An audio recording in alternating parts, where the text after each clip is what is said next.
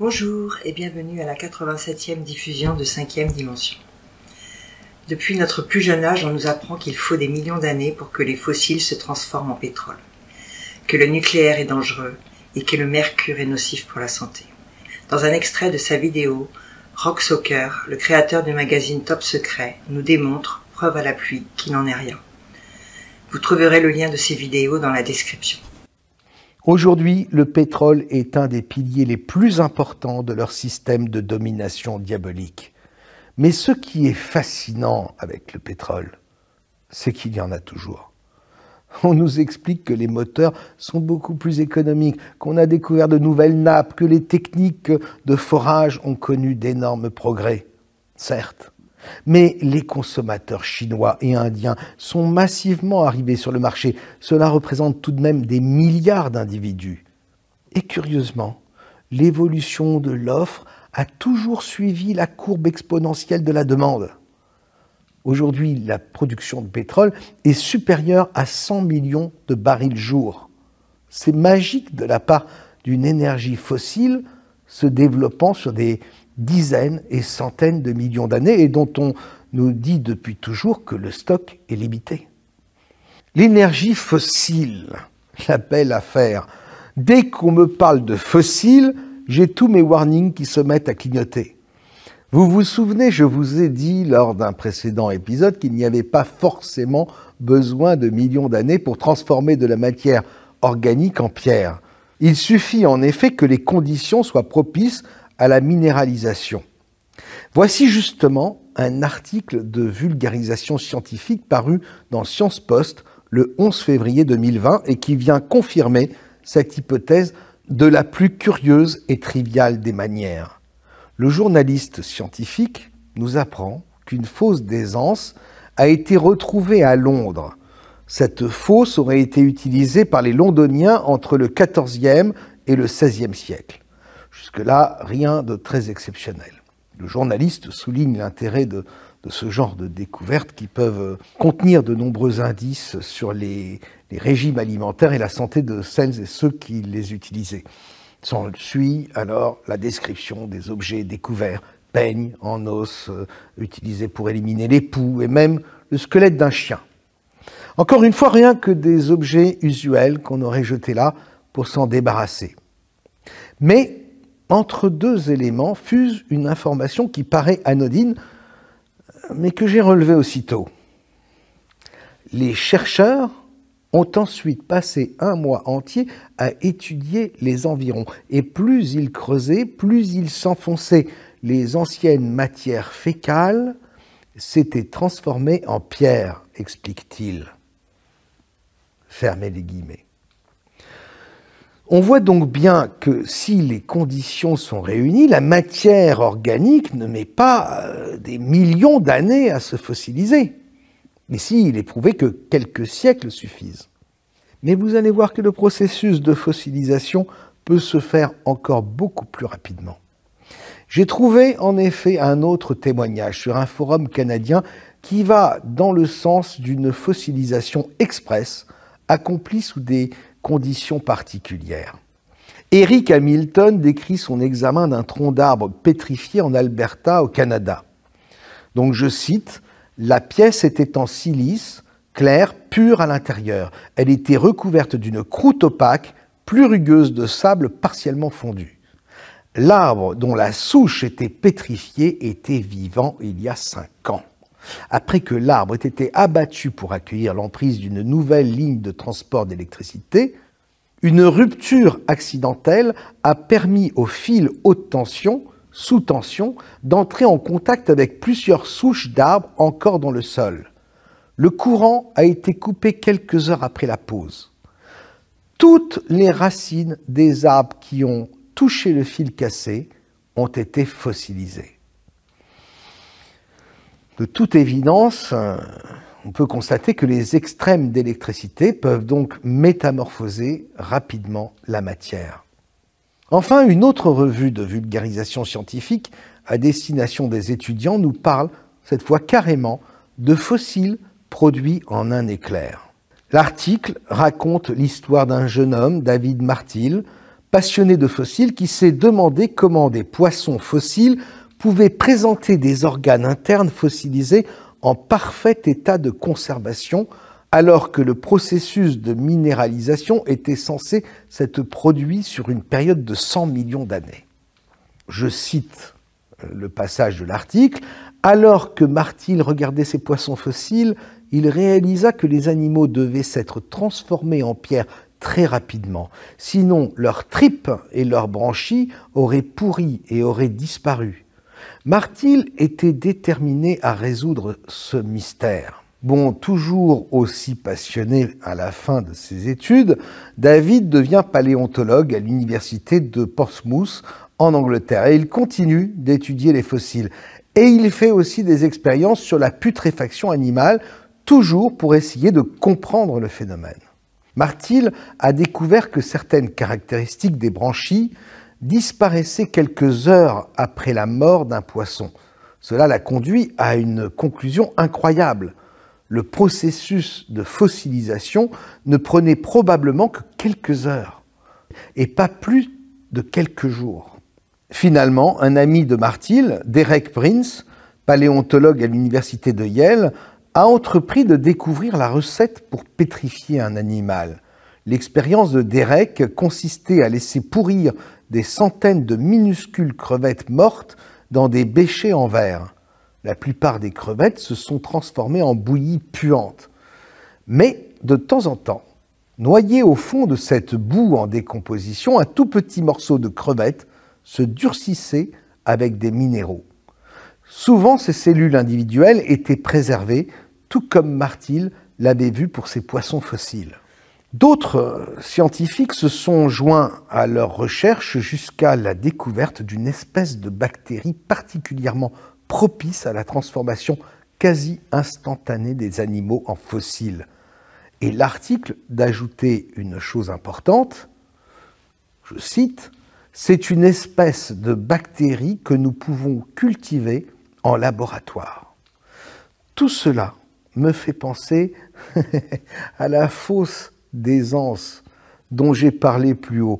Difficile de trouver en effet un endroit plus propice à la prolifération de bactéries. Bref, si le sujet vous intéresse, vous pourrez faire des recherches sur le web.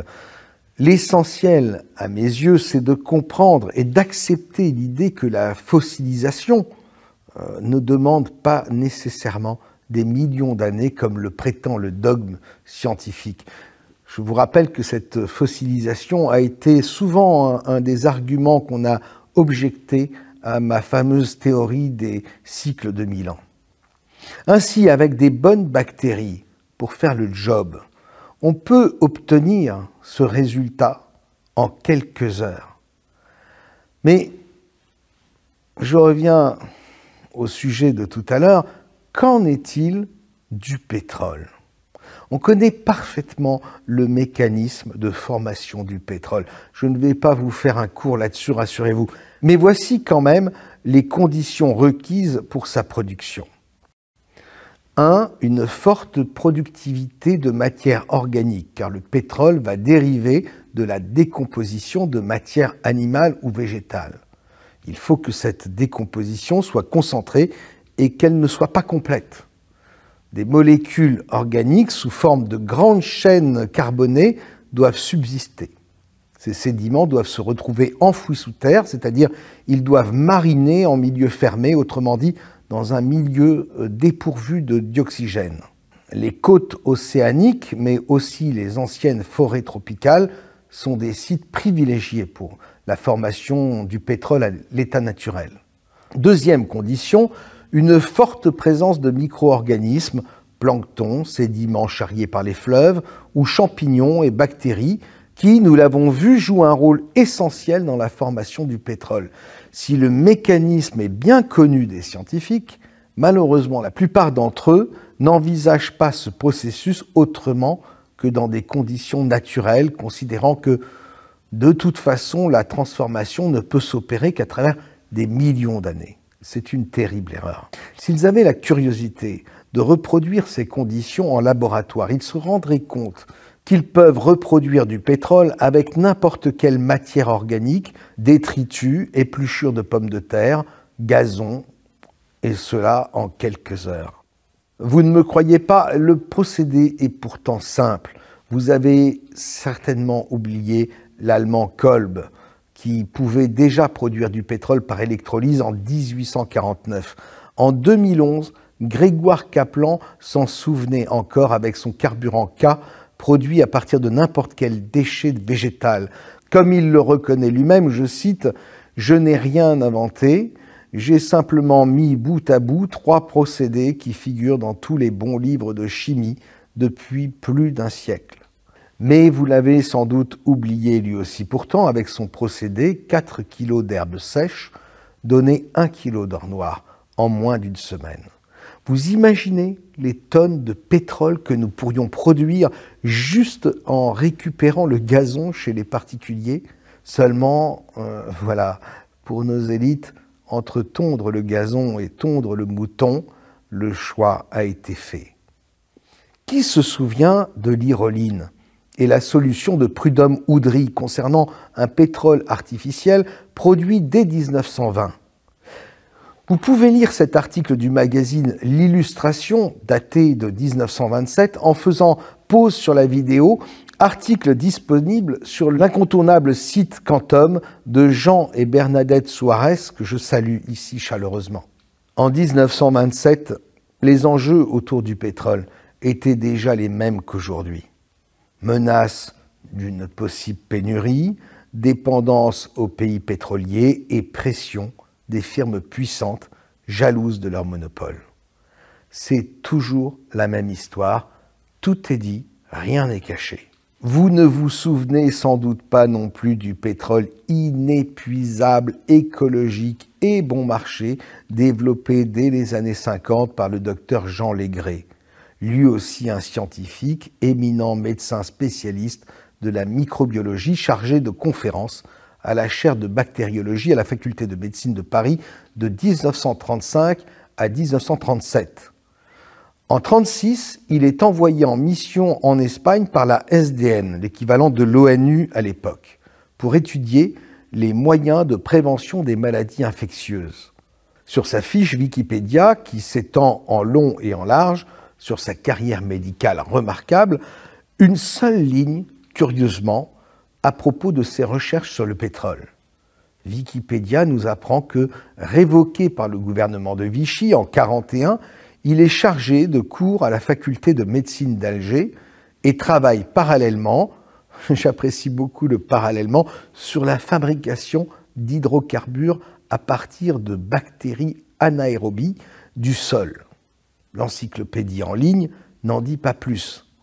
Pourtant, sa découverte a donné des résultats si prometteurs qu'un projet d'implantation d'un bain de production a même été envisagé en Algérie. Ce projet, né durant la guerre, période de tous les possibles en matière de recherche, puisqu'on manquait cruellement de tout, est finalement abandonné dans les années qui suivent la libération. On nous expliquera que le pétrole était si peu cher à l'époque que la production industrielle d'un pétrole artificiel n'était pas rentable. Pas rentable pour qui? Avec son procédé, le docteur Legré produisait un pétrole d'excellente qualité par l'action des bactéries sur des acides gras, mais également des boues d'épuration, du savon et des feuilles mortes. Les rendements s'élevaient jusqu'à 70%, c'est-à-dire que 10 tonnes de déchets pouvaient produire jusqu'à 7 tonnes de pétrole. Ce que nous promettait le docteur Legré, couvrir plus de 10 fois les besoins énergétiques de la France par la valorisation de nos déchets ménagers, agricoles et industriels.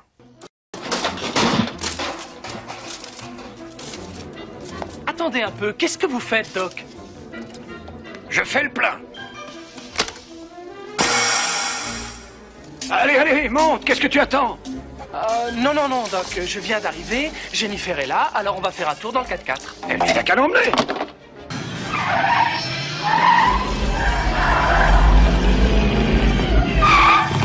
Hé, Doc, reculez un peu, la route est trop courte pour atteindre 88 miles à l'heure. La route, là où on va, on n'a pas besoin.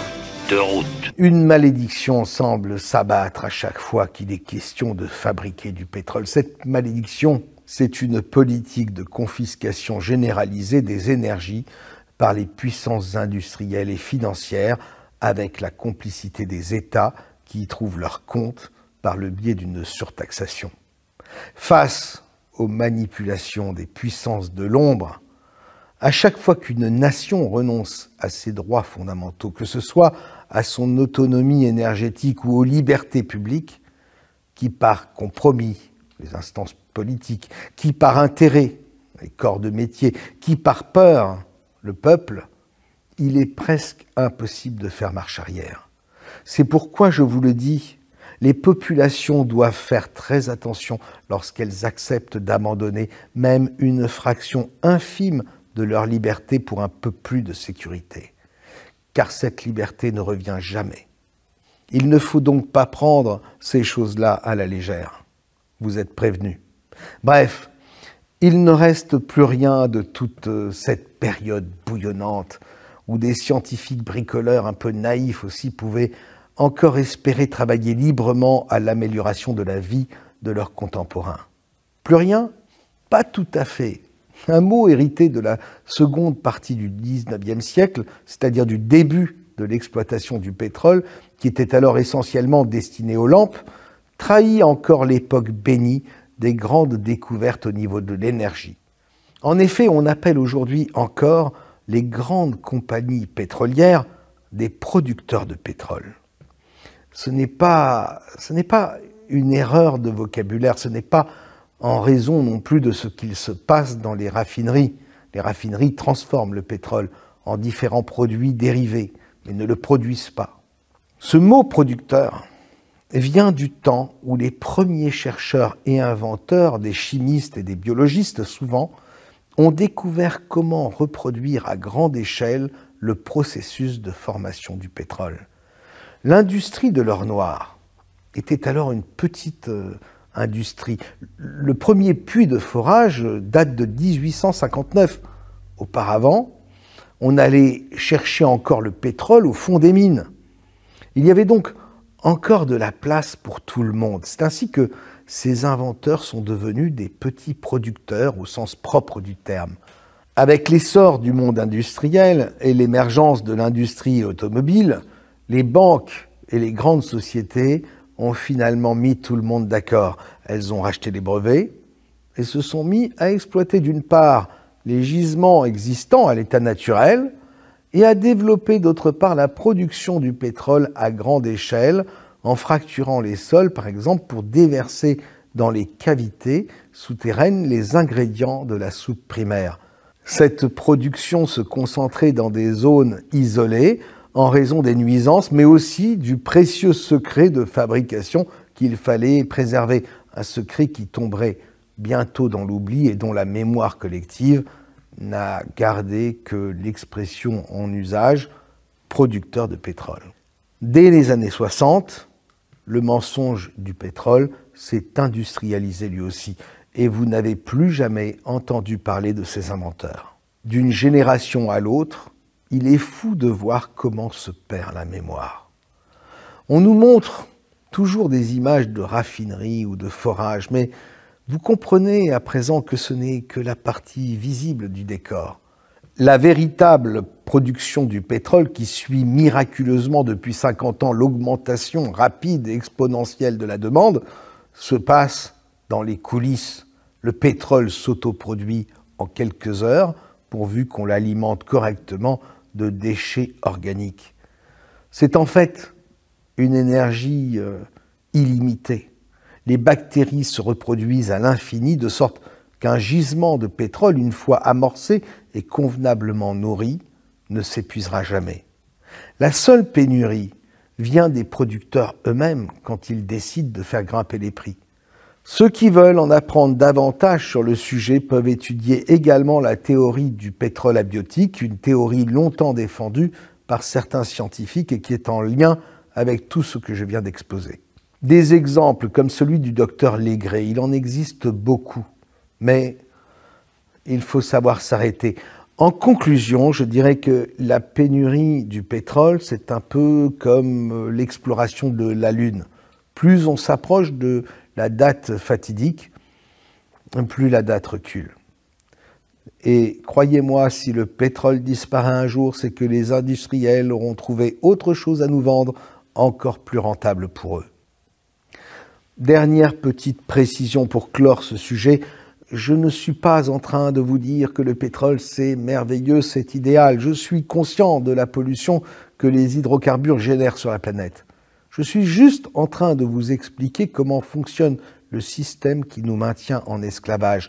En réalité, la simulation dans laquelle nous vivons est pure énergie. Cette énergie est donc partout, généreusement offerte à tous. Et il suffit d'un peu de sens pratique pour en fabriquer avec à peu près tout. Malheureusement, nos gardiens du troupeau l'entendent autrement. Depuis le 19e siècle, ils usent de tous les mensonges pour nous amener à croire le contraire. L'autre levier, après la peur de la pénurie, c'est la peur de la mort. Quand vous ne voulez pas qu'un enfant s'approche ou s'intéresse de trop près à quelque chose, la première excuse qui vous vient à l'esprit, c'est de lui dire que c'est dangereux. C'est d'ailleurs exactement ce qu'a dit l'Éternel à Adam et Ève pour les dissuader de manger les pommes de l'arbre de la connaissance. J'ai l'impression que c'est exactement ce qu'ils ont fait avec l'énergie nucléaire. Quand on y réfléchit, on se rend compte en effet qu'il y a plusieurs choses très bizarres autour de la radioactivité. Déjà pour commencer, je me demande comment Pierre et Marie Curie ont fait pour survivre si longtemps à leurs travaux. C'est vrai, ils ont travaillé en aveugle durant des années, avec des tonnes de minerais d'uranium.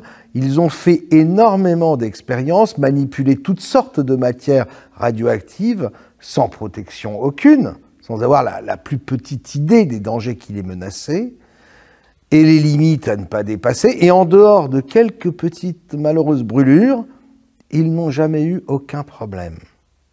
Pourtant, Pierre et Marie Curie ont découvert le polonium, qui est 400 fois plus radioactif que l'uranium, puis le radium, 900 fois plus radioactif.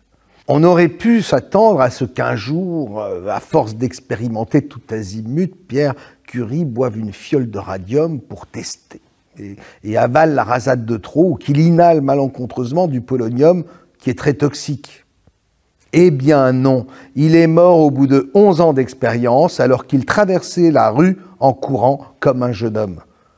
Fauché en pleine forme, il est mort en bonne santé. Quant à Marie, qui a passé 30 ans avec ses produits radioactifs, on nous a dit qu'elle avait fini par mourir sans doute à cause de sa trop longue exposition aux radiations. Je veux bien le croire, mais ce n'est même pas sûr car enfin, elle a quand même vécu jusqu'à l'âge de 66 ans. Quand on considère que dans les années 30, l'espérance de vie d'une femme en France ne dépassait pas les 55 ans, ça tient du miracle. Vous voyez, c'est toutes ces choses-là qui me font bizarre, moi. En réalité, il est très difficile de dire si la radioactivité est vraiment aussi dangereuse qu'on nous le dit. On nous a fait tellement peur que personne n'a envie d'aller vérifier, et donc on est bien obligé de les croire sur parole. Pourtant, à y regarder de plus près, les États n'ont jamais pu établir de chiffres précis quant à sa dangerosité. Ça dépend de tellement de paramètres qu'au bout du compte, plus personne ne peut plus rien y comprendre. Les chiffres du taux d'exposition létale rapportés au temps d'exposition varient énormément et sont même parfois contradictoires. Il n'existe aucun consensus, ni aucune certitude là-dessus. Il y a comme un flou énorme autour de cette question. Il se trouve que Marie Curie a rapidement orienté ses recherches dans le domaine médical. Grâce aux radiations produites par le radium, elle espérait développer des traitements contre le cancer, déclaré fléau de l'humanité pour la première fois en 1906. Tout ce qui était radioactif semblait porteur de grandes promesses pour l'humanité et notamment au niveau de la santé. C'était l'époque des lotions radioactives pour bébés, des crèmes rajeunissantes et même des cigarettes au radium. Une danseuse fort connue à l'époque avait même demandé à Marie la confection d'un costume phosphorescent en radium. Non mais je vous vois sourire, mais je ne pense pas que les scientifiques de l'époque aient été assez stupides pour ne pas voir les dangers de la radioactivité. Ils connaissaient les effets de brûlure du radium sur la peau et la toxicité du polonium inhalé ou ingéré. Mais il semble que le danger des radiations ne présentait rien d'insurmontable ou qu'on ne puisse pas contrôler. Rien d'équivalent, en tout cas, à l'idée qu'on s'en fait aujourd'hui. L'utilisation de l'uranium, 900 fois moins radioactif que le radium, a d'ailleurs continué de se répandre largement dans l'industrie tout au long du XXe siècle, et ce, au moins jusque dans les années 70. Saviez-vous, par exemple, que l'uranium appauvri a été utilisé comme contrepoids par de nombreux fabricants d'avions, et notamment sur les premiers Boeing 747 ? Alors, je ne pense pas que Boeing aurait pu ignorer la dangerosité de l'uranium, ni mépriser à ce point la sécurité de ses passagers. La première centrale nucléaire voit le jour en décembre 1951 dans le laboratoire national de l'Idaho. Elle produit environ 1000 watts d'électricité, de quoi allumer 4 ampoules. Puis, rapidement, de quoi éclairer tout le bâtiment. Elle fonctionne avec de l'uranium enrichi à 90%, autrement dit, l'uranium militaire. Aujourd'hui, l'uranium enrichi de nos centrales ne l'est qu'à 3 ou 5%. En 1954, la première centrale civile est soviétique. Les Français et les Britanniques leur emboîtent le pas 2 ans plus tard, et les Américains suivront en 1957. Parallèlement, en matière de miniaturisation, les choses s'accélèrent.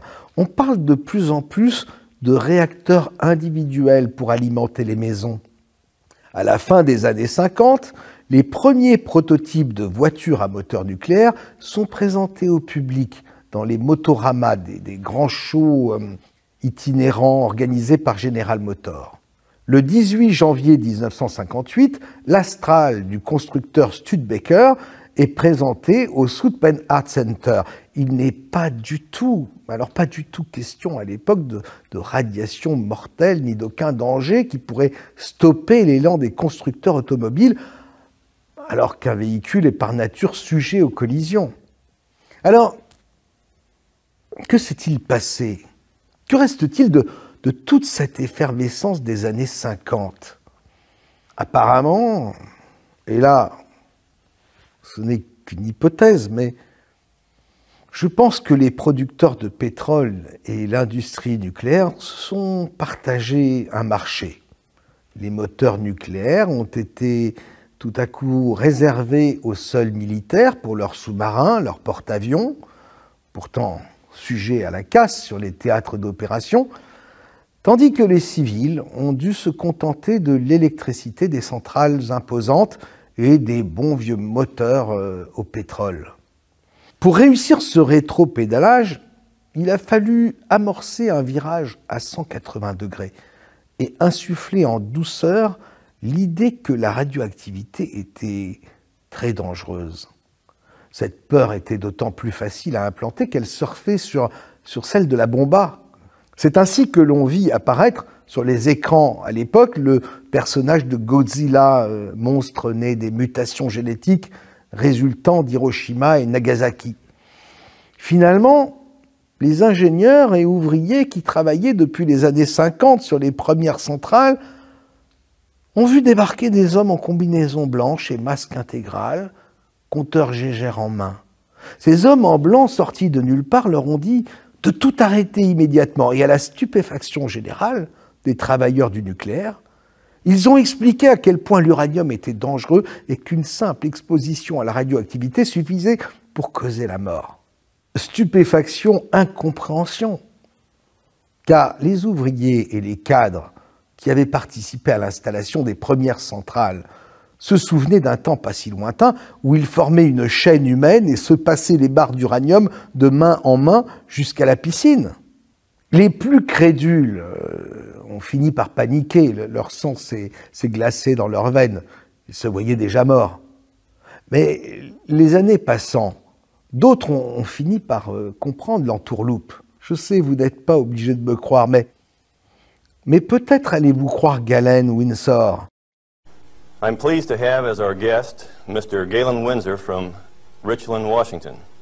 I first heard of Galen from a tape that somebody gave to me some months ago, and I found his story to be absolutely fascinating. His story is unique, to say the least. Galen has been in 77 different cities in the last 2 years lecturing on the subject of nuclear energy.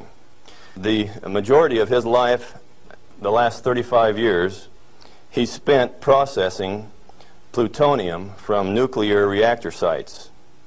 He has worked in the Manhattan Project facilities in Hanford, Washington, Oak Ridge National Laboratories and Nuclear Plant in Oak Ridge, Tennessee, General Electric's Midwest Fuel Recovery Plant in Morris, Illinois, General Electric's Fuel Fabrication Facility in San Jose, California, and Wilmington, North Carolina. And he's worked in every major reactor decommissioning project around this nation up to this present time. But in September 1950, I got into this thing called plutonium processing when we did it barehanded, without instruments, without coveralls. We had some of the most peculiar acid burns in some of the shirts, and I found one of those the other day. It's got acid burns all up the front of it. Plutonium on it too. Amazing. That was normal operation in those days. Out in the reactor began to sneak in people who wanted a radiation monitor behind every reactor operator. Why? We know how to make these things run. When we got a metal fuel element stuck and it fell down on the trampoline back of the reactor, we'd go in with our feet and kick it off into the pool, smoking, burning. If you didn't have an instrument, you didn't know it was too hot, so you just went in and kicked it. Finally, along came a rule maker that says, thou shalt not do that. You'll get burned. Oh, I didn't get burned when I did it last week. But you exceeded the limit. Well, where did this limit come from? Oh, fine. We've been doing this thing for years now, and we've never been burned. Why have we got these rules? Don't you ask questions. If you do, you might disappear. Those who broke the rules didn't appear the next day. Military rule? Oh yes. Absolute. What was your appeal? And people you were working with one day, when they weren't there the next day, you didn't go inquire why. Well, 2 years ago, I started traveling for American Opinion Speakers Bureau, and one of the documents that they had was Major Jordan's diary.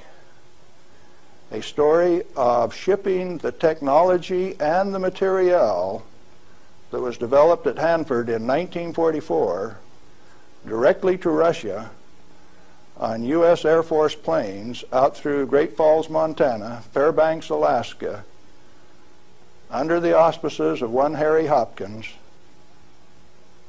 and with the at least tacit approval of Franklin Delano Roosevelt.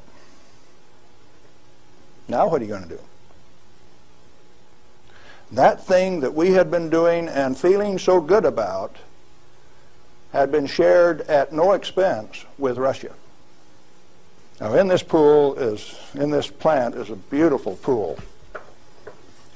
It's got a place to store spent fuel bundles till it won't stop. 660,000 gallons of water, demineralized, just as clear and pretty as it can be. Heated to 100 degrees Fahrenheit when the outside temperatures are minus 20, wind chill factors down to a minus 60, and I found out that I could swim in that rascal. You turn off the lights at night and it had a light blue Cherenkov effect. And this kid from Nevada that never could pass up a warm swimming hole used to go swimming in that pool. There wasn't anybody that had the nerve to swim with me, but since I was manager of safety and analytical service at this plant, it was mine to use. I had the bottle of it last time I went swimming when I filled this 2-liter bottle with water and washed it off on the outside in the shower when I washed me off on the outside so that we didn't tattletale. You know, radioactive material is just a trace or a tattletale. So you got to get it off so they won't know that you've been swimming in the pool and drinking the water.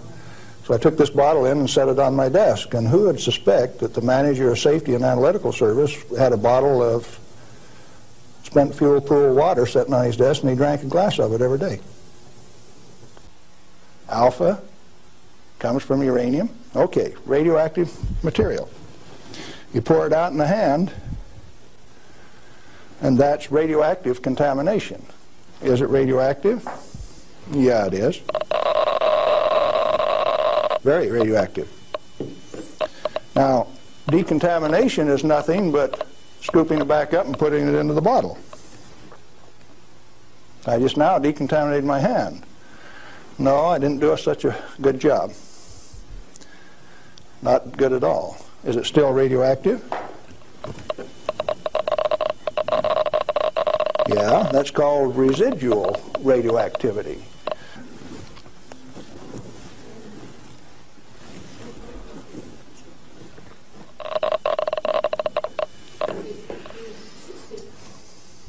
That material that I just ate is not soluble in body fluids. Your stomach has 10th normal hydrochloric acid in it, so it won't even dissolve. The stuff is so fine that it has no texture to it. Doesn't even feel rough. So it's tasteless, odorless, has no texture. How is it supposed to hurt me? En absorbant l'uranium comme il le faisait en public, Galen voulait démontrer en réalité que la peur des radiations avait été exagérée pour effrayer les gens, de sorte que quelques personnes puissantes ont pu garder le contrôle total de la ressource énergétique qu'il qualifiait, lui, Galen, la plus précieuse au monde. Je pense exactement comme lui. L'uranium est en fait de l'énergie libre sous la forme de minerais, pratiquement inépuisable. Une seule barre pourrait alimenter en électricité une famille entière sur toute une vie. Et vous connaissez la meilleure? Une livre d'uranium coûte à peine 35 $. Pour les gardiens du troupeau qui avaient la main mise sur le monde, pas question de laisser cette énergie à la disposition des peuples. Pas question de leur permettre d'utiliser des voitures avec cette énergie. Il y avait trop à perdre. Qui sait s'ils n'en profiteraient pas pour se libérer? Bref, dans les années 60, le mensonge prend place. Les centrales se multiplient. On parle de plus en plus des dangers de la radioactivité dans les médias. La pression est de plus en plus forte au cours des 2 décennies. Mais ça reste un concept aux yeux du grand public. Il va falloir transformer la théorie en terreur bien concrète. Le 17 mars 1979, un film grand public sort dans les salles aux États-Unis, Le syndrome chinois. C'est un thriller. L'histoire raconte que des journalistes présents dans une centrale lors d'un reportage assistent à ce qui aurait pu être la plus terrifiante des catastrophes nucléaires. Toute l'intrigue repose sur la divulgation de l'incident que les responsables tentent d'étouffer. Finalement, le héros parvient à révéler la vérité et il annonce, sur un ton grave, la menace qui pèse sur l'humanité. Et ça, c'est une découverte pour le grand public. Et cette menace, la voici. En fondant, un réacteur nucléaire pourrait s'enfoncer dans la croûte terrestre, traverser le cœur de la Terre et ressortir en Chine, sans que rien ne puisse l'empêcher. La fin de toute vie sur Terre. Alors, vous imaginez, je sais bien, c'est un peu farfelu, mais comme on dit, plus c'est gros, plus ça passe. Le succès du film est immédiat. Or, comme par hasard, 12 jours seulement après sa sortie, survient la catastrophe de 3 Mile Island. C'est la panique, vous imaginez, dans le monde entier. Le syndrome chinois est dans tous les esprits. Il n'en fallait pas plus pour faire naître la psychose d'une apocalypse nucléaire L'incident a été largement diffusé au niveau international et il a eu des effets profonds sur l'opinion publique. Le 29 mars 1979, le monde a pris conscience que les accidents nucléaires constituaient un risque réel pouvant survenir à tout moment. L'uranium devint, pour les adultes, l'équivalent de l'ogre du Petit Poucet, la source de toutes les angoisses. Et Marie Curie a dû se retourner dans sa tombe. Let's talk about Three Mile Island. What really happened there? We've heard all kinds of stories about meltdown, and they made movies on it that this meltdown could melt right through the earth, clear through to China, and we've seen a lot of scare stories. What really happened at 3 Mile Island? Do you know what really happened there? Yes, I do. I followed that one very closely. In fact, I know the guys personally who wrote the script for China Syndrome and also wrote the script for the 3 Mile Island fiasco. Dale Breidenbaugh, Dick Hubbard, and Greg Miner, who used to work with me at General Electric, are the MBH associates that wrote that China Syndrome script. And not only that, remember that was the time China Syndrome came out, Jane Fonda starring. 14 months ahead of the TMI-2 accident, it was predicted in writing in New York State that that accident would happen 1 year from the date that that 3 Mile Island 2 reactor started up. It started up in March 1978, and it went down March 28, 1979, right on the day, 1 year anniversary. In other words, with 14 months advance notice, the industry still went along with the sham. Nothing happened there except that the owner, the operator, and the regulators conspired to turn it off. And so, no, the fuel didn't melt. The China Syndrome is a scriptwriter's fantasy. So there was no accident at 3 Mile Island? No, they did it on purpose. Si vous buvez une barrique de vin, il faut vous attendre à un coma éthylique et à la mort. Mais si vous buvez raisonnablement un verre ou deux pendant le repas du soir, il ne vous arrivera rien. L'alcool est néfaste, certes, mais à une certaine dose. Avec le nucléaire, c'est exactement la même chose, sauf que la limite a été rabaissée à son strict minimum, comme si du jour au lendemain, quelqu'un vous avertissait qu'au-delà d'un quart de verre de vin, c'est la mort. Si vous n'avez jamais bu avant, ni jamais vu quelqu'un boire, vous allez le croire sans oser le vérifier. Eh bien, je pense que nous en sommes exactement là aujourd'hui avec l'uranium. Les normes ont été rabaissées des millions de fois pour nous faire peur, pour pas qu'on s'en approche, pour pas qu'on ait l'idée de le voler, surtout pas le voler. Faites l'expérience, laissez une barre d'uranium avec son logo terrifiant en pleine rue, à la vue de tous, et vous verrez que même le voleur le plus aguerri s'enfuira en courant. Ce logo est génial, plus efficace que la tête de mort sur les poisons. Pourtant, comme disait Galem, qui était bien placé pour le savoir, l'uranium est la ressource énergétique la plus précieuse au monde. L'opération de propagande antinucléaire à grande échelle, débutée dans le courant des années 60, venait d'atteindre son point culminant avec l'incident de 3 Mile Island. Et l'idée que les responsables industriels cachaient la vérité au public, comme dans le film Le syndrome chinois, amplifia la défense des populations envers cette énergie. Provocation ultime, après 23 ans d'analyse, plusieurs rapports scientifiques ont conclu que cet incident n'avait provoqué ni décès, ni blessures ou effets néfastes sur la santé. Mensonge, ont protesté les antinucléaires qui s'appuyaient évidemment sur d'autres rapports qui affirmaient le contraire. L'opacité des industriels a eu pour effet d'attiser la haine des militants jusqu'au fanatisme. Le mensonge marchait presque trop bien. Quoi qu'il en soit, je vous l'ai dit, la peur ne dure qu'un temps, il faut toujours l'alimenter. L'incident de 3 Mile Island n'avait peut-être pas suffi, d'autant que Dans le milieu des années 80, les interventions de Galem Windsor, que nous avons vues plus haut, commençaient à ouvrir les yeux de certains sur la supercherie atomique. Il fallait arrêter ça tout de suite, et il fallait frapper fort.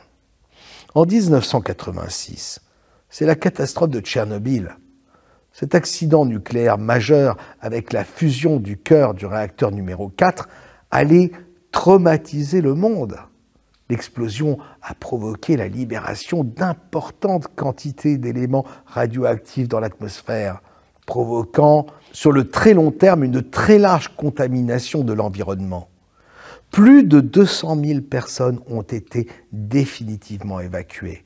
L'accident a provoqué entre 60 et 4 000 décès selon les rapports publiés dans les revues scientifiques à comité de lecture. Beaucoup plus selon les militants anti-nucléaires organisés comme une armée autour d'organisations aux ramifications tentaculaires. Inventory control practices capitalized on the fear of undereducated masses who work in the industry. I didn't say anything about ordinary people now. I'm talking about the people who have worked in the industry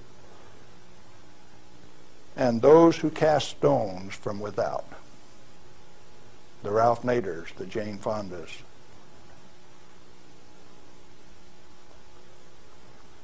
Now, it doesn't take you much thinking to find out that maybe the industry is the source of the problem. The industry is the one that made up the committees that made the rules that the Congress enforced. You ever thought of it that way?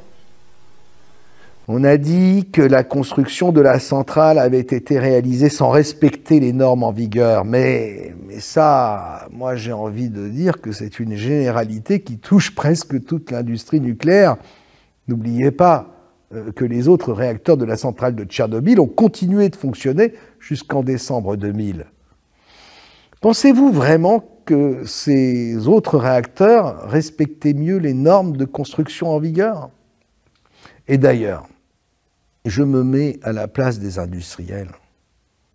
Pourquoi respecter des normes draconiennes, excessivement chères quand on sait qu'elles résultent d'un baratin inventé pour faire peur aux moutons? Fin des années 90, Framatome, devenu par la suite Areva, signe un contrat avec l'Ukraine. La multinationale française était chargée notamment de sécuriser les barres d'uranium de Tchernobyl dans des caissons de confinement en béton conçus exprès à cet effet. Un vrai fiasco, comme vous pouvez le constater. L'essentiel du travail que nous avons à faire sur ce site de Tchernobyl, c'est de retirer les 20 000 tubes de combustible nucléaire des centrales pour les stocker dans des lieux sûrs et surtout pour le long terme. Pour cette mission en 1999, l'Ukraine choisit Framatome, l'ancêtre d'Areva. L'entreprise française a construit cet imposant bâtiment et une série d'alvéoles en béton pour conditionner et confiner les barres de combustible très radioactives. Un dispositif conçu normalement pour durer au moins 100 ans. Mais lorsque nous arrivons sur place, il n'y a aucun Français. Vous savez qui était là avant? Oui, Areva. Le chef de chantier voudrait changer de sujet, mais j'insiste. Pourquoi Areva a arrêté? En fait, ils ne maîtrisaient pas la technologie et ils ont dû arrêter le chantier en 2003. Après avoir travaillé sur place pendant 4 ans, Areva a été définitivement écarté du chantier. Que s'est-il passé? Rendez-vous au siège du Comité national de l'énergie atomique. La directrice de la communication, Olga Kocharna, m'explique qu'avec Areva, les Ukrainiens s'attendaient à plus de sérieux. Le problème, c'est qu'Areva avait acquis cette technologie de stockage sans la maîtriser. Il n'avait pas les ingénieurs pour gérer ces procédés et il n'avait aucune expérience de ces techniques de confinement. Selon Artem Belouzov, un journaliste ukrainien qui a enquêté sur les déboires d'Areva, l'entreprise a commis des erreurs grossières. Selon les autorités ukrainiennes, la société française n'avait même pas demandé les plans et les schémas techniques. L'entreprise française avait fait de grosses erreurs lors de la construction des unités de stockage. Et on dit même que le diamètre des unités de stockage ne correspondait pas avec les containers à combustible. Évidemment, tout cela peut paraître bizarre. Maintenant, si on dédramatise le danger de l'uranium, si on considère que tout ça n'est qu'une mascarade, une blague, on comprend la désinvolture des dirigeants français face à ce faux problème. Il y a cette fausse affaire qui a beaucoup marqué les esprits en France, le fameux, vous savez, le fameux nuage radioactif qui s'est arrêté à notre frontière. De particules radioactives. On le sait, il s'est déplacé tout d'abord vers la Scandinavie, puis est en train de descendre vers le sud. Alors, comment peut-on prévoir son déplacement? Les explications de Brigitte Simonetta. Il faut bien faire la différence entre le possible et le réel. D'abord, les certitudes. Lors de l'accident, un anticyclone se trouvait sur l'Union soviétique. Autour des hautes pressions, on sait que les vents s'enroulent dans le sens des aiguilles d'une montre. Les particules radioactives sont alors dans un premier temps remontées sur la Pologne, puis elles ont continué leur chemin et atteint en 48 heures les pays scandinaves. Depuis lundi, la situation n'a pas changé. Ces particules sont donc de plus en plus nombreuses à atterrir sur la Suède. Maintenant, les prévisions.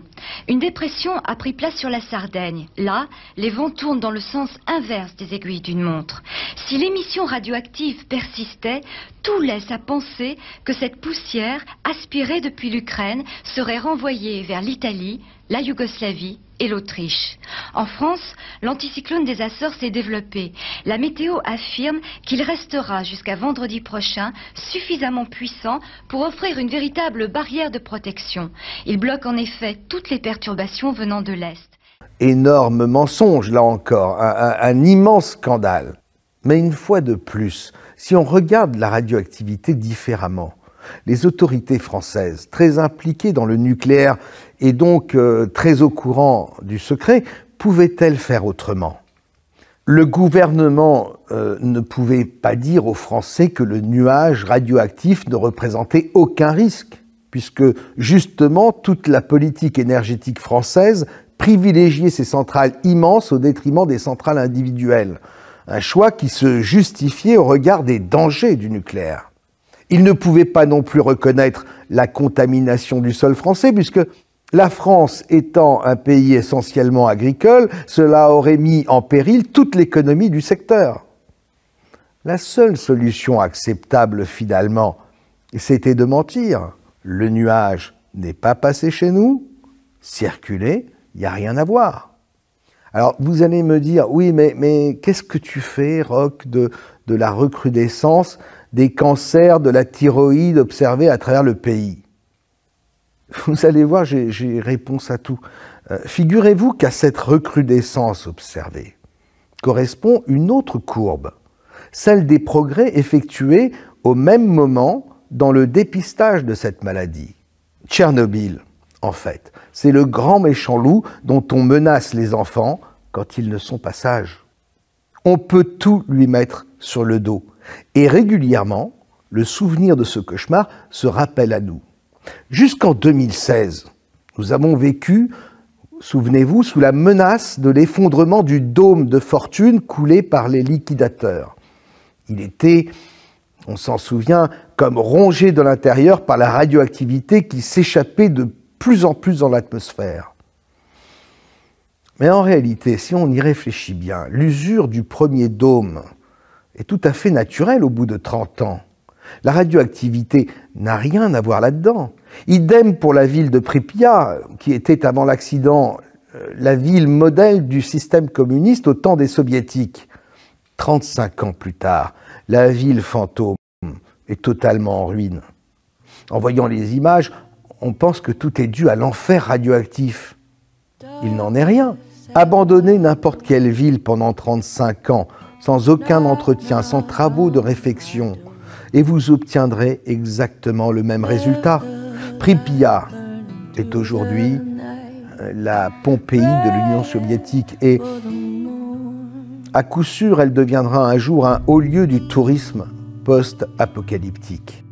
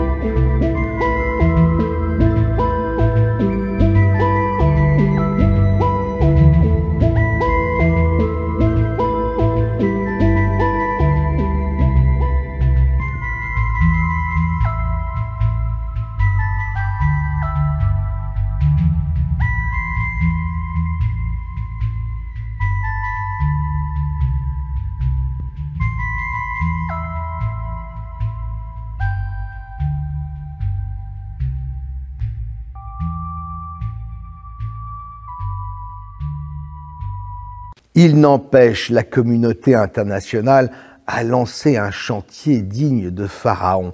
Un nouveau dôme majestueux comme une pyramide a été bâti par-dessus le premier dôme, l'occasion d'une grande cérémonie digne du pire fléau de l'humanité.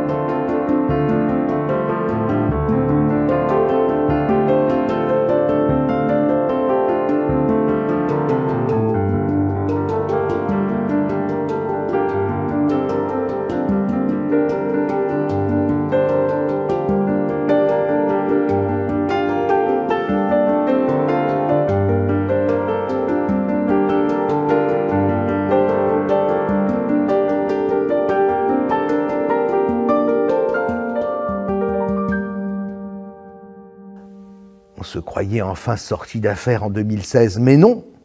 Non, cette année 2020, des incendies de forêt sur le site ont généré un nouveau nuage radioactif. Il faut dire que la nature a repris ses droits à Tchernobyl.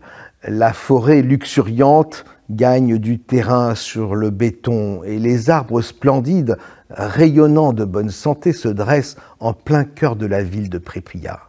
Aux alentours, la végétation prolifère, les animaux prospèrent. Paradoxalement, la zone interdite est devenue le paradis de la faune et de la flore dont ont toujours rêvé les écologistes. Certains vieux habitants de la zone interdite hein, on le sait, ont refusé de partir. Et puis d'autres sont revenus. Ils ont continué de cultiver leur jardin. 30 ans après, les villages évacués sont toujours aussi fantomatiques. La nature a repris ses droits partout. Mais bravant les interdictions et le danger, certains habitants ont décidé de s'y réinstaller.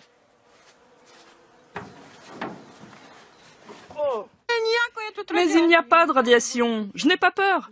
Et puis on peut faire pousser de tout ici. Pour la plupart, ils sont des paysans attachés à leur terre, lassés de leur exil forcé. On a décidé de conserver ces vestiges qui racontent toute l'histoire de Tchernobyl.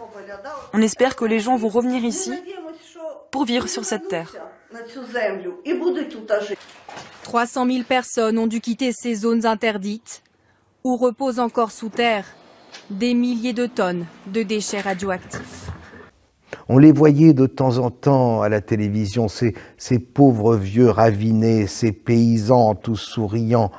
Ils nous faisaient peine, attachés à leur terre empoisonnée. En fait, certains connaissaient peut-être des gens qui ont travaillé en 1971 à l'installation de la centrale. Ils ont peut-être travaillé eux-mêmes à sa construction, à l'instar des ouvriers du temps de Galen Windsor aux États-Unis. Ils étaient peut-être bien placés, tout simplement, pour savoir que ces gesticulations post-catastrophe étaient en réalité un spectacle totalement bidon. Il faut parfois savoir écouter le bon sens paysan. Il y a beaucoup de vérités à apprendre que nous regardons malheureusement avec suffisance et cynisme, sans savoir que les imbéciles, c'est nous. Alors, pour qu'ils gardent le silence, après tout, il valait mieux les laisser vivre dans leur isolement.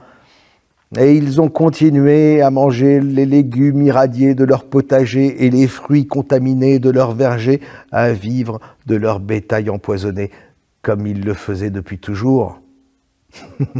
Et ils ne s'en portent pas plus mal. Ok, Rogue, on veut bien te croire, mais quand même. Oh, soyons sérieux 2 minutes. Tchernobyl, tous ces morts, ces héros qui se sont sacrifiés pour sauver l'humanité tout entière en déversant le béton et en construisant ce dôme de fortune pour limiter la pollution radioactive, tu en fais quoi ? 26 avril 1986. Au cours d'un test, le 4e réacteur de la centrale de Tchernobyl explose. L'incendie libère un panache 1000 fois plus radioactif que la bombe d'Hiroshima. Durant des mois, ce qu'on appelle les liquidateurs construisent une carapace de béton sur le réacteur. La plupart de ces ouvriers le feront au péril de leur vie. 31 de ces hommes, les liquidateurs victimes d'irradiation, mourront dans les jours qui suivent.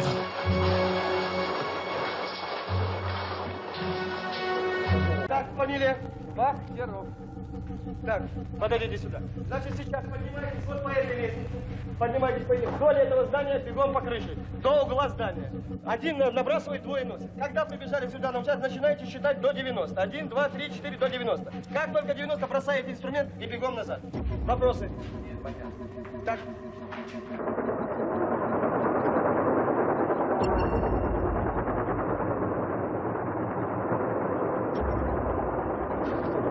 Ces hommes sont sur le toit du bloc 4 qui a explosé. L'intensité des radiations est suffisante pour tuer en quelques minutes. Selon les survivants, 350 des 800 hommes qui sont montés sur le toit sont morts. Ils ne figurent dans aucune statistique officielle. Par vagues successives, ils vont tenter de décontaminer le site à l'aide de moyens dérisoires. Des hommes sacrifiés sans hésitation. L'Union soviétique ne peut se passer de l'énergie produite à Tchernobyl. On les a vus dans les hôpitaux, ces 31 liquidateurs de la centrale, morts dans les jours qui ont suivi la catastrophe. C'était suffisamment poignant. Et tous les autres, fauchés par la maladie, des semaines et des mois plus tard, ils jouaient la comédie. Alors, je vais vous demander d'imaginer un scénario. Imaginez ces hommes, le premier jour, qu'on est allé recruter un peu partout dans l'Union soviétique. Des mineurs pour beaucoup, des ouvriers. Ils sont tous volontaires, jeunes, solides, durs au mal.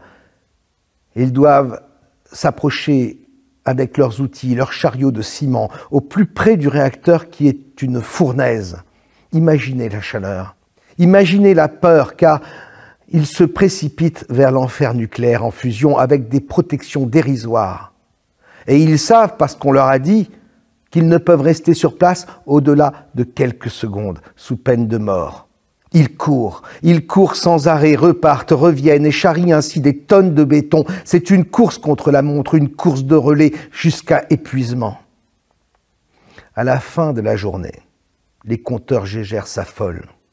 Mais souvenez-vous de ce que je vous ai dit sur les normes rabaissées des millions de fois.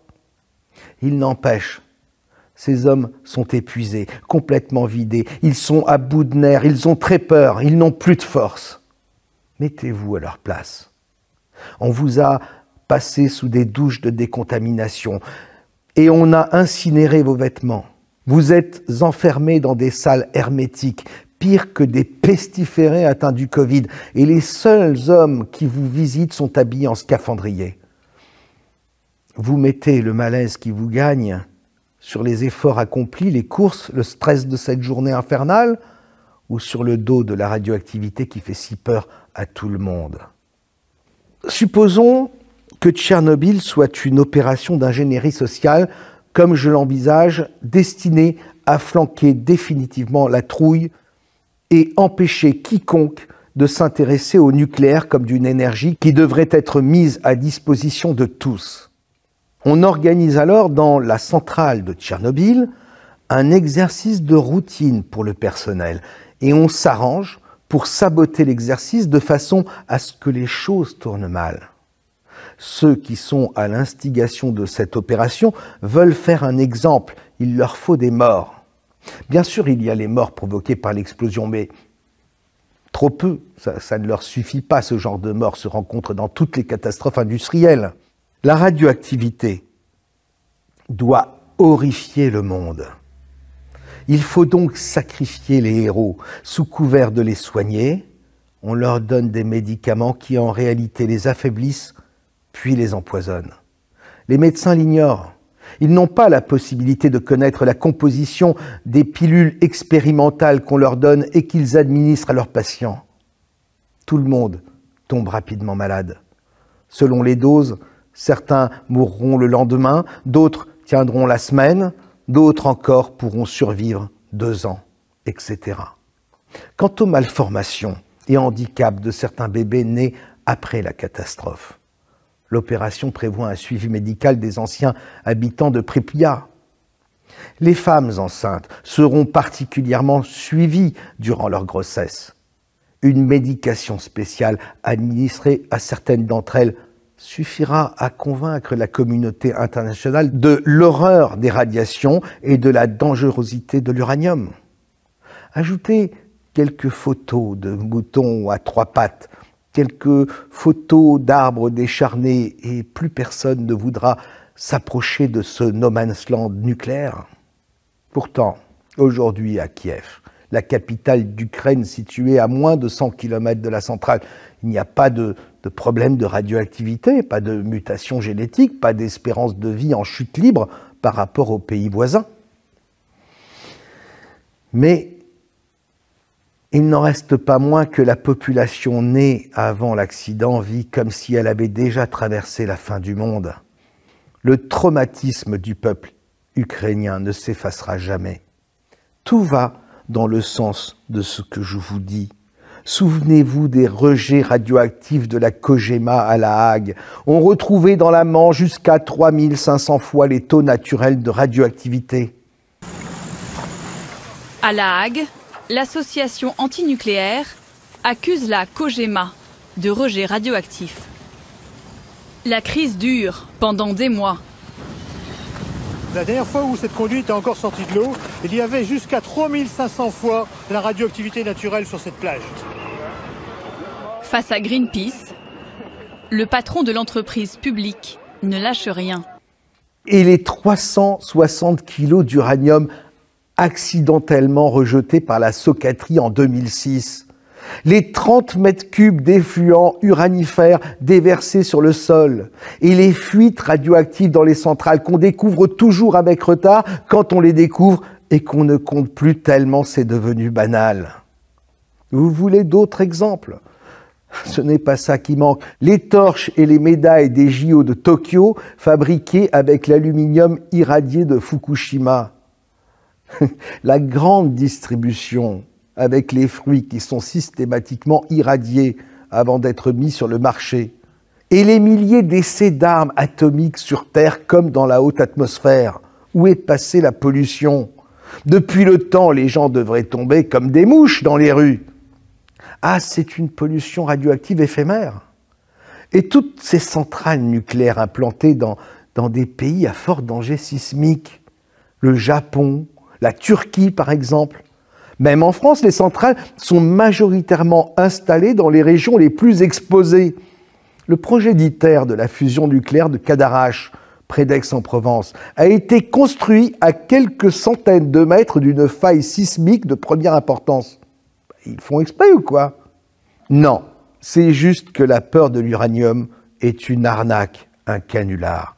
Et ce n'est pas les dirigeants de la Socatrie qui me contrediront, eux qui n'ont même pas pris la peine de mettre en service le dispositif de détection sismique et anti-incendie de la centrale de Tricastin.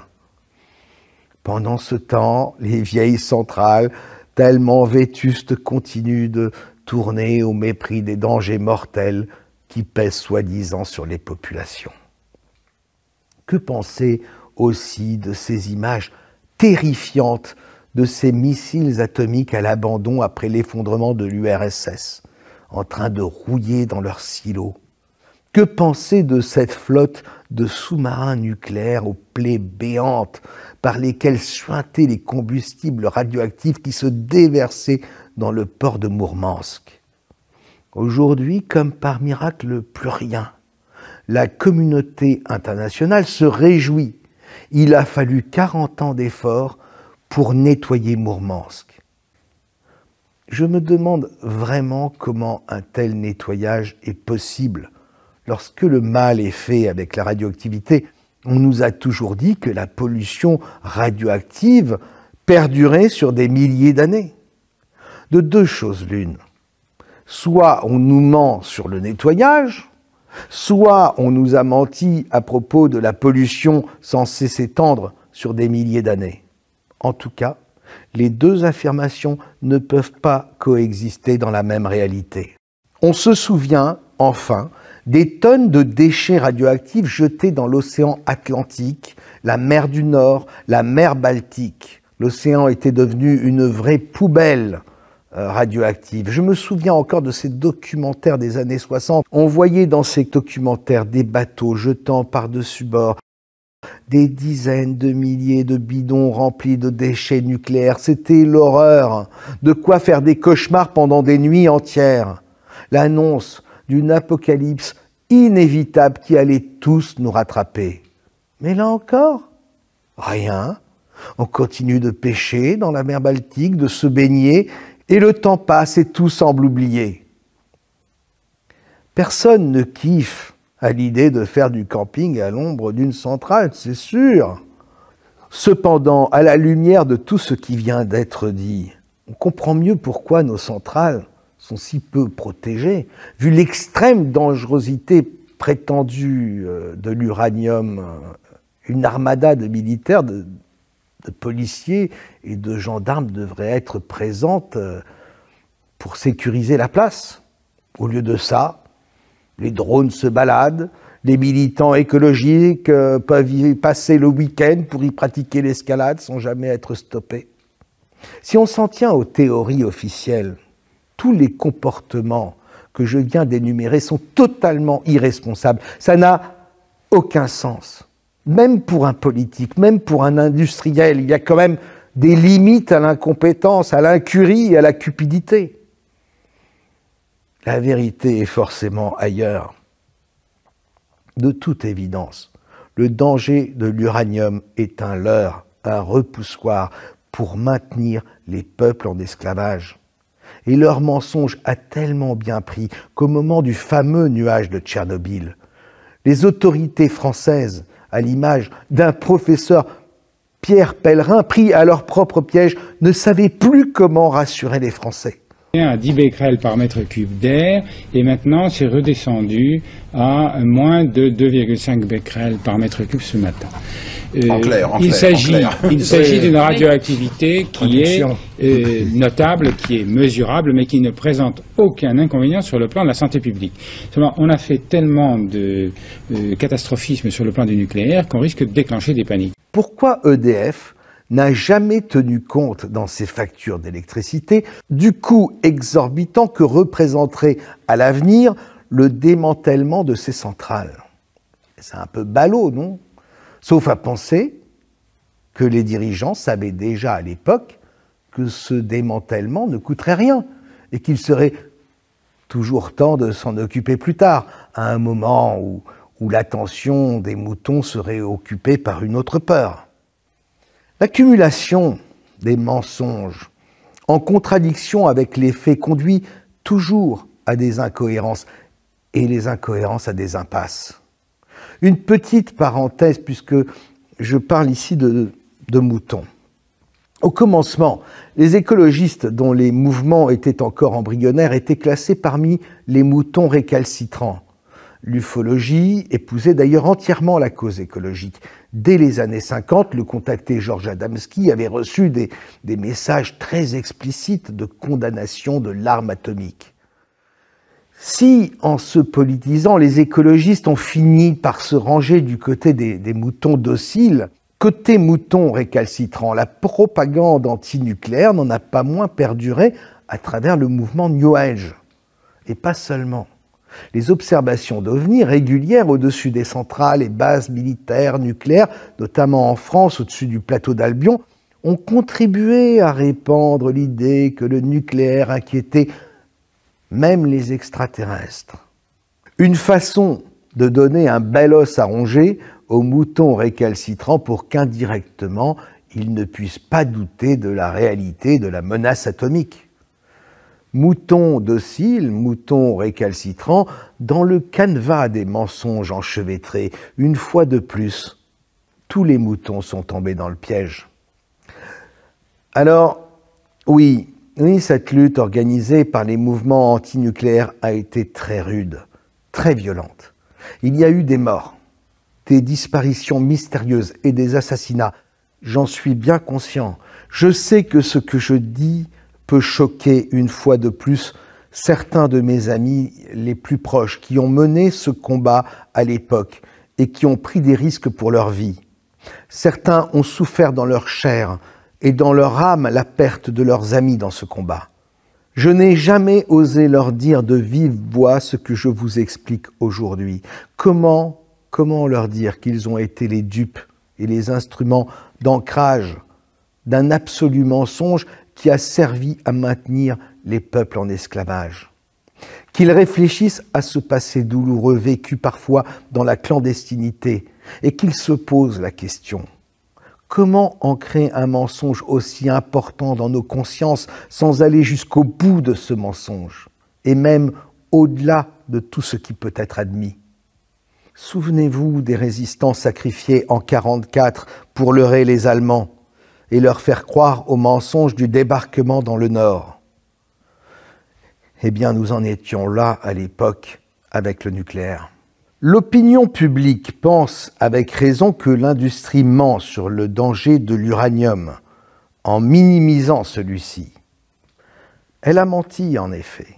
Elle a menti maladroitement pour que vous pensiez exactement le contraire de ce qu'elle dit. Elle vous ment, en effet, mais elle ne le fait pas pour les raisons que vous croyez. Son intérêt consiste à vous faire croire que le nucléaire est dangereux. Et pour y parvenir, cette industrie vous donne l'impression qu'elle ment quand elle dit le contraire. Je n'ai pas de conflit d'intérêt avec cette industrie. Vérifiez par vous-même tout ce que je vous ai dit. Usez de votre discernement, mais surtout, n'ayez plus peur. Sortez de toutes vos peurs. Ne vous accrochez pas à elles, parce que c'est par là qu'ils nous tiennent.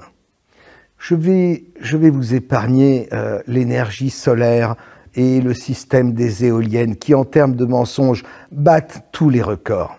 Ces deux énergies sont d'une hypocrisie absolue et relèvent toujours du même système d'exploitation et de mise en dépendance. Il s'agit toujours de centraliser l'énergie pour mieux vous la revendre.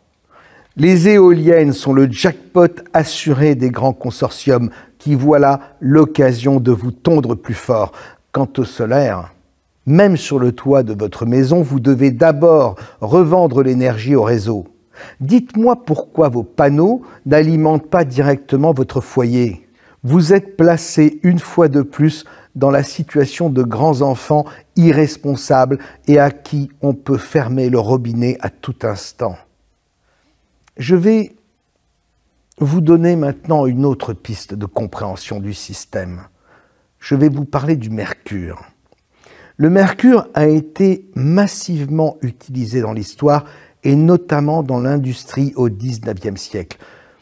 Jusqu'à la fin du XXe siècle, le mercure était un métal d'usage très courant. On le trouvait encore récemment dans nos thermomètres, dans les amalgames dentaires et dans les piles. Pourtant, aujourd'hui, le mercure fait peur. Il nous est présenté depuis les années 60 comme le pire de tous les poisons. Il a suffi d'une seule affaire pour arriver à ce résultat, un scandale industriel au retentissement international, le scandale Minamata. Minamata est une commune du Japon dans laquelle la compagnie Shiso avait implanté une usine pétrochimique en 1907. Durant des décennies, cette usine a été un fleuron de l'industrie japonaise et un modèle de réussite, jusqu'en 1949. Des milliers d'habitants ont alors commencé à présenter des symptômes liés au système nerveux, et notamment une perte de motricité. Les gens tombaient malades, et les chats, subitement devenus fous, se jetaient dans la mer pour s'y noyer.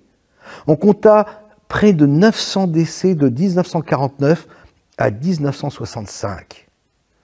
Des mères ne présentant aucun symptôme ont donné naissance à des enfants gravement atteints, malformations congénitales plus ou moins lourdes, handicaps divers ou multiples, enfants morts-nés.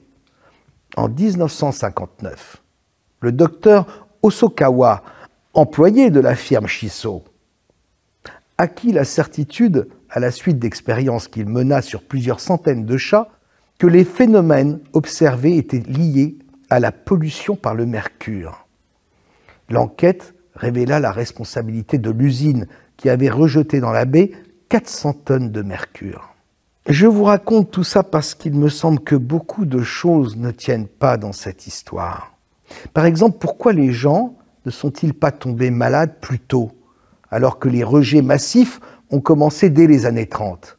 Pourquoi la catastrophe a-t-elle lieu si massivement à Minata et pas ailleurs, alors que tous les pays industrialisés se débarrassaient de leurs déchets de la même façon? N'oubliez pas qu'on est tout de suite après la guerre. Le Japon a été vaincu. La vie des vaincus ne valait pas grand-chose. Tout à coup, il y a beaucoup de morts. De quoi provoquer une panique générale, une ambiance apocalyptique dans la ville, ce qui est propice à provoquer un traumatisme mondial. De fait, ce scandale va signer l'arrêt de mort du mercure. Progressivement dénoncé par les grandes ONG de défense de l'environnement, le mercure est soudain devenu l'un des plus grands fléaux de l'humanité, l'ennemi public numéro 1 de tous les métaux lourds. On le soupçonne d'être une des causes de la maladie d'Alzheimer, de la fibromyalgie et de bien d'autres maladies chroniques. Depuis 1999, le mercure est interdit en France. Mais surtout, ce qu'il faut savoir, c'est que l'affaire de Minamata est vraiment un cas unique au monde. Le nom de cette ville japonaise est au mercure ce que Tchernobyl est à l'uranium.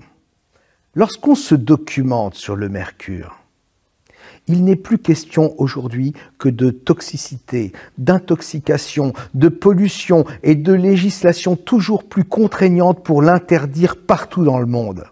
C'est assez impressionnant. Le 19 janvier 2013, après une semaine de négociations, 140 États vont enfin adopter à Genève la convention de Minamata qui vise la réduction des émissions de mercure au niveau mondial. Ainsi, on peut dire que le mercure fait l'unanimité contre lui. On aurait voulu nous priver d'un élément précieux, riche de potentiel insoupçonné, qu'on n'aurait pas agi autrement. Et si... J'ai l'impression qu'on nous a fait passer le mercure pour un poison mortel, comme on vient de tenter de le faire avec l'hydroxychloroquine. Vous savez, dans l'Antiquité, les philosophes gréco-romains ont associé les 7 métaux aux divinités et aux astres, l'or au soleil, l'argent à la lune, le cuivre à Vénus, le fer à Mars, etc. Et ils ont attribué ce métal extravagant, mi-liquide, mi-solide, au dieu Mercure, Hermès, un dieu messager porté par des ailes et dont l'un des attributs, le caducée, est le symbole traditionnel de la médecine en Amérique. Il se trouve que le mercure est très présent dans le domaine médical. Le premier empereur de Chine absorbait quotidiennement du mercure, considérant cette substance aux propriétés si particulières comme une sorte d'élixir de jouvence. Dans les vieux manuels de pharmacie, on apprend qu'il était utilisé sous forme de pilules, les pilules de Bellost, les dragées de Kaiser, sous forme de pommade, pommade mercurielle, ou onguent à friction. L'onguent mercuriel était très efficace contre la gale. On se souvient tous du mercurochrome, cet antiseptique qui contenait du mercure et qui est désormais interdit en France. Le mercure a aussi été utilisé dans le traitement de la syphilis. Le mercure est également utilisé en homéopathie. Curieusement, 2 usages du mercure ont échappé à la convention Minamata. Les amalgames dentaires, qui sont composés d'environ 50% de mercure, et les vaccins. En effet, depuis 1930, le mercure est présent dans certains vaccins sous le principe actif thiomerzal. Cette révélation a d'ailleurs soulevé un tollé d'indignation des mouvements anti-vaccins qui ont dénoncé cette présence comme étant la preuve d'une volonté d'empoisonnement de la part des laboratoires. Je pense exactement le contraire. Je me dis que le mercure a bon dos pour cacher tout le reste. Et je me demande même, au fond, si le mercure, en tant qu'antibactérien et fongicide, n'est pas finalement le seul principe actif contenu dans ces vaccins. Les usages qu'on en a fait au cours des siècles me font penser à une sorte de remède universel capable de concurrencer bien des médicaments sur le marché, une bonne raison de l'interdire. J'ai appris, grâce aux rencontres fortuites de mon adolescence, que penser le contraire de ce qu'on nous a appris est souvent le meilleur moyen d'entrevoir la vérité. Selon moi, tout est toujours affaire de dosage. Le mercure pur à 99%, je ne parle pas ici du mercure rejeté par l'industrie chimique. Le mercure pur, lorsqu'il est bien dosé, peut avoir des vertus insoupçonnées.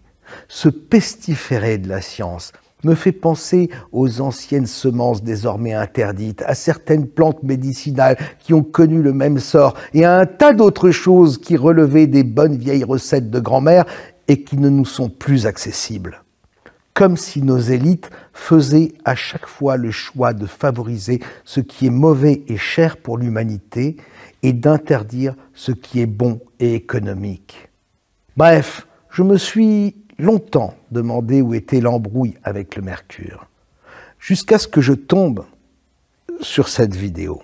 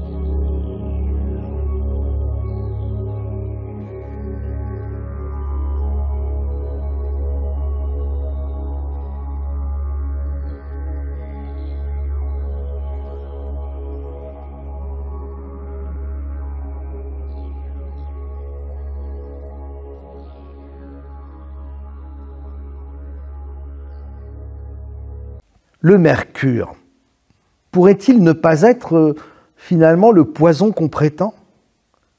Alors, je ne vous conseille évidemment pas de boire du mercure, pas plus que de vous baigner dans les piscines atomiques. Je me contente une fois de plus de poser des questions. Quoi qu'il en soit, le secteur de la santé n'est pas le seul domaine qui intéresse le mercure. D'autres propriétés du mercure pourraient justifier sa mise au placard. On apprend en effet sur Wikipédia que les qualités du mercure pour la chimie nucléaire et les instruments de mesure en font paradoxalement l'une des 8 matières premières stratégiques considérées comme indispensables en temps de guerre comme en temps de paix. Intéressant. En outre, le mercure est utilisé dans les systèmes rotatifs des lentilles de phare, permettant l'absence de frottement et la grande régularité du mouvement de rotation de ces systèmes sur leur socle, tout en permettant l'alimentation électrique. On se souvient que les Vimana, ces curieux engins volants de l'Inde, fonctionnaient au mercure. Les nazis ont également fait beaucoup d'expériences avec le mercure pendant la guerre. De fait, l'effet gyroscopique du mercure associé à des aimants peut ouvrir des champs d'application remarquables jusque-là inexplorés. L'antigravité est l'un d'eux, voyez plutôt. Can you lift it out? Make it horizontal. Hold it, hold it, hold it. Come on, just try to. I want you to hold it out horizontal. See if you can. Hold it, hold it. Oh, come on. No. What I'm going to do is I'm going to spin this up to a few thousand RPM, and then I'm going to attempt just that, to hold it from one end. And 5, 4, 3, 2, 1, boom. I'm going to let go with my left hand. What you'll see is that the shaft remains horizontal. You can see it going around there. It almost looks as though the wheel is weightless. How does this work? Well, instead of pulling the wheel down to the ground as you'd expect, the weight of the wheel creates a torque which pushes it around in a circle. I'm going to try to lift it over my head with one hand while it's spinning. Wish me luck. Undaunted by my lack of strength, I'm going for it. But I want to make sure that the wheel is spinning as fast as possible to give me the best chance of success. Give it 10 more seconds. 10, 9, 8, 7, 6, 5, 4, 3, 2, 1, go! That was perfect. Now I'm going to release my left hand and holding only with my right hand at the end of the shaft, I'll try to lift it up over my head. This is a 40-pound, 19-kilogram flywheel. Ready? Here we go. 3, 2, 1. Beautiful. Let's go again. In 3, 2, 1.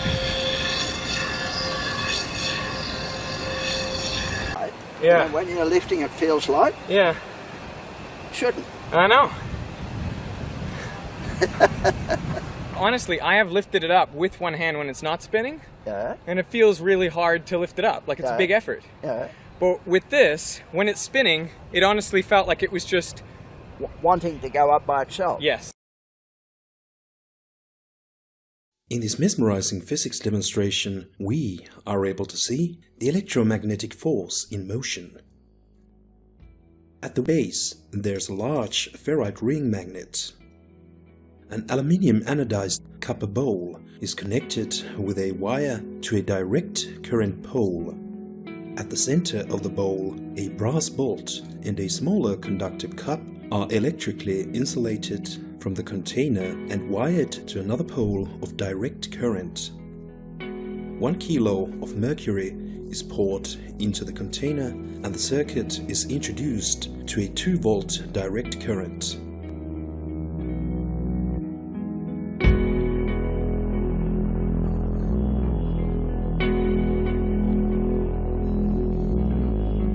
This generates a strong magnetic field that supports the system. With these favorable conditions, the electrically conductive mercury starts to rotate as the current runs through it. The operating voltage is 2-volt DC controlled by a DC inverter. The rotation speed of mercury depends on the voltage being given. Marvelous.